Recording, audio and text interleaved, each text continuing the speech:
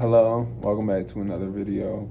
I have my matcha latte. I was about to say coffee. My matcha latte, and today we have an astrology video. As you can see, you can't really see, but I'm at a hotel, and I have really good lighting in this area, so I wanted to record. I have this scarf and winter attire on because I was in Southside. Um, But yeah, it's early in the morning. It's about 10:30, and I really wanted to talk about a topic in astrology I've been diving into a lot more deeper, and I'm still diving into and trying to dissect and understand and break into pieces that is beyond the mainstream interpretation. And what I was thinking, now I'm thinking, what I'm talking about, what I've been looking up a lot is the seventh house. And there's not a lot of information on the seventh house on the internet. There's not a lot of, yes, on the internet. Of course, there's books.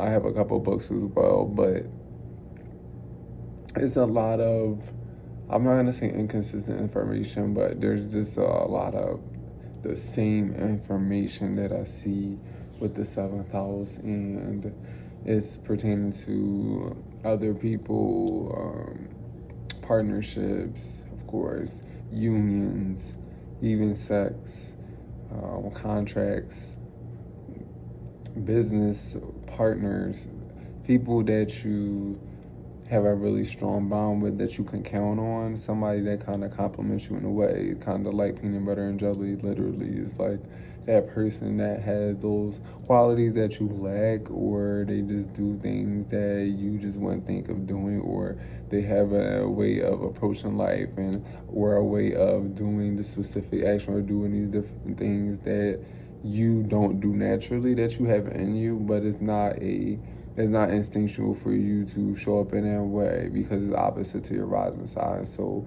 for example, I am a Libra rising, and I come off as a Libra.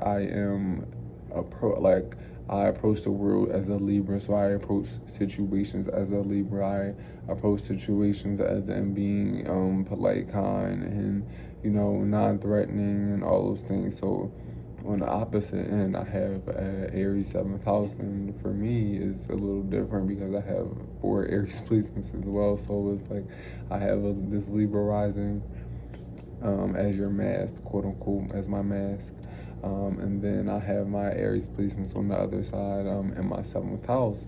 So this is supposed to show people, situations, events in my life, the partner that I'm kind of attracted to. And it's a little difficult to really fully understand and grasp when you have 4 planets in one house. But I know for my chart, I have Saturn and Mercury very, very close to my descendant. So that greatly affects my relationship. On top of the ruler of my 7th, which is Mars in Aries, is also in my 7th house. So I have like a double, triple kind of emphasis of that Martian energy in the 7th house. So it just shows me a lot of what I observe in my life is a lot of interacting with people. It's a lot of interacting with people in the public, like just a lot of people noticing you or noticing your energy. You're having conversations with a lot of people. You're coming across a lot of people. You make a really good partner, or you really value teaming up with somebody. When you team up with somebody, it's very meaningful, and you really play your part. People can really count on you typically in a partnership, especially if you have a lot of 7th house placements, or if you're a Libra rising, Libra sun, Libra moon, from what I have come to understand in astrology. But yeah, it's a lot deeper than that as well, because I also understand that the 7th house means the ending is when the sun sets. So it's kind of like your personality, or your ego and personality is the sun, right? So it's kind of like going away or it's going behind the shadows type of thing. So that's also another thing, or a tendency of 7th house placements is kind of really putting your personality to the side and letting other people's personality shine, especially if you have sun in the 7th house, which I have displacement too. If we use whole sign houses, I have displacement.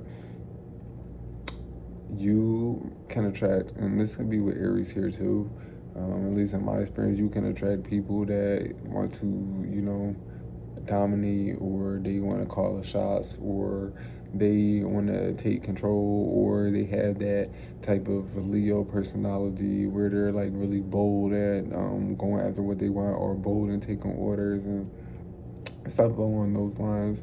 Saturn, restrictive or deep lessons in relationships, which I've experienced.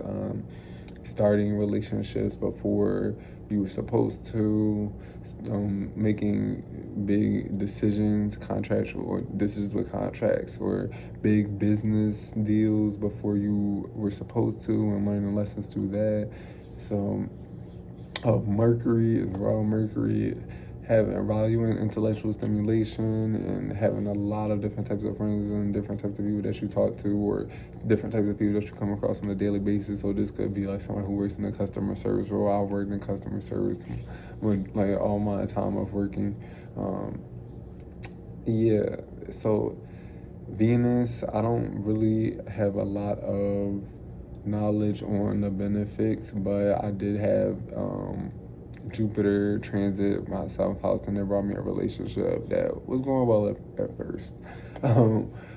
But Venus, of course, Venus and Jupiter, they bring good things to your 7th house. They bring good things to partnerships. They bring a lot more ease in the partnership. There's a lot, the cooperation and the compromise is very easy. Saturn and Mars is not so easy. You run into a lot of different obstacles and delays with these two planets especially. So yeah, this is just a little bit of information that I've been understanding and reflecting on about the 7th house, which I'm sure is not super new information, but it's definitely something worth, speaking about and talking about on my channel, especially since I have a 7th house stellium, and opening up some type of discussion with people who also have 7th house placements. But I hope you enjoyed this video. I will talk to y'all later. Bye.